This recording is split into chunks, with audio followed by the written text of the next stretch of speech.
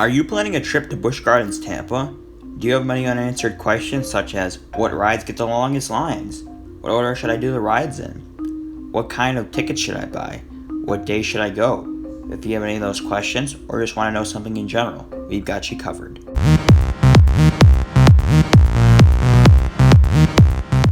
Hey guys, welcome back to another tips video. I haven't done one of these in a hot minute. If you would like to see me do another park in the series, leave a comment down below, and you might just see it in one of my videos. I'll be going over lots of information and tricks I've learned on my 2 visits to the park. Those visits were in early January and late August respectively.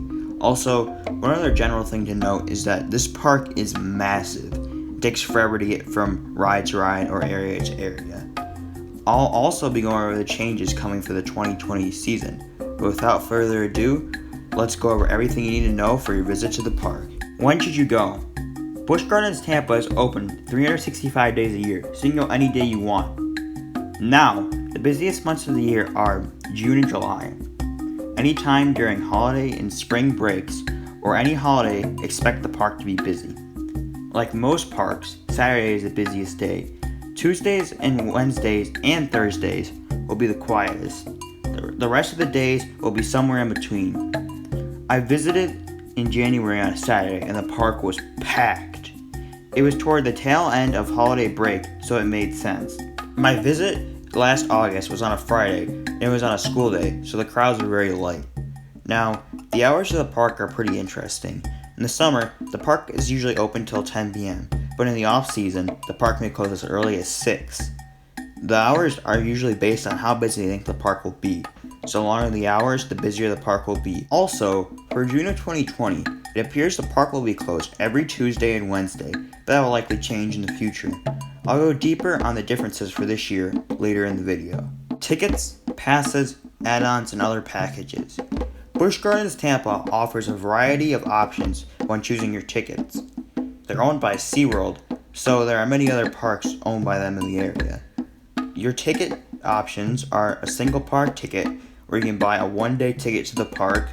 You could also buy a ticket that allows you to visit 2 SeaWorld parks in Florida of your choice that only add about $20 to your one-day ticket.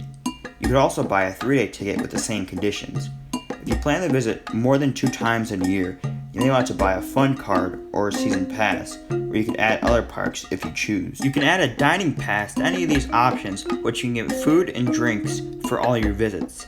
Another option you may be interested in is Quick Queue. Quick Queue is SeaWorld's take on a skip the line pass. You can skip the line once on all the attractions or skip the line in a limited amount of times, depending on which you buy.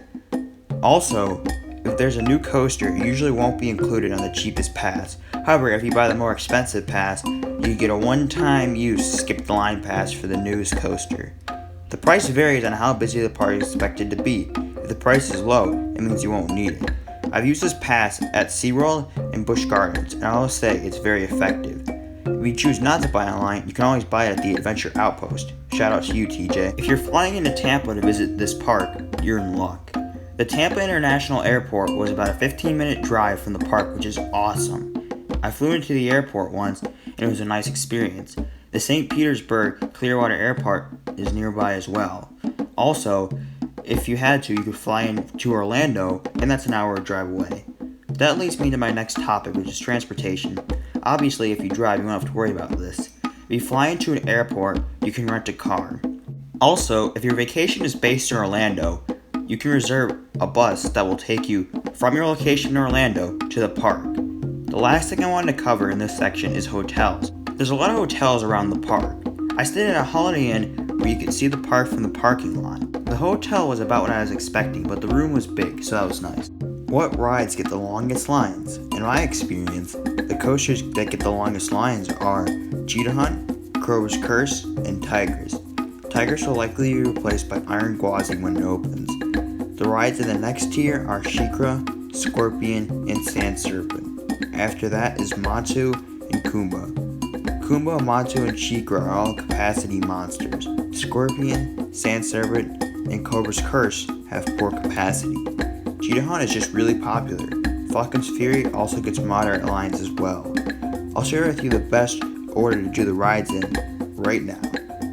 Now, before I tell you the best order, Some areas toward the back of the park don't open until 11 a.m. when the park opens at 10, so keep that in mind.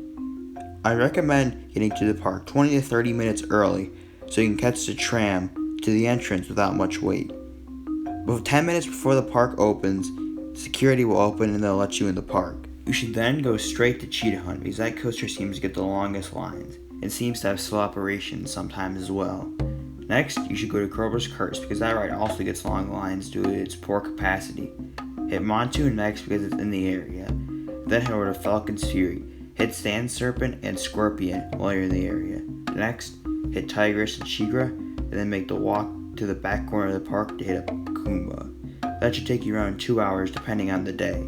Another thing to note is in Florida, especially in the summer, it tends to rain a lot. If there's thunder or lightning, it'll shut the rides down. However, storms in Florida tend to be short.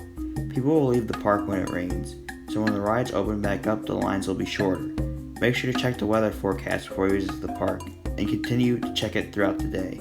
Dining options. If you spend a decent amount of time at the park, you're likely to eat a meal.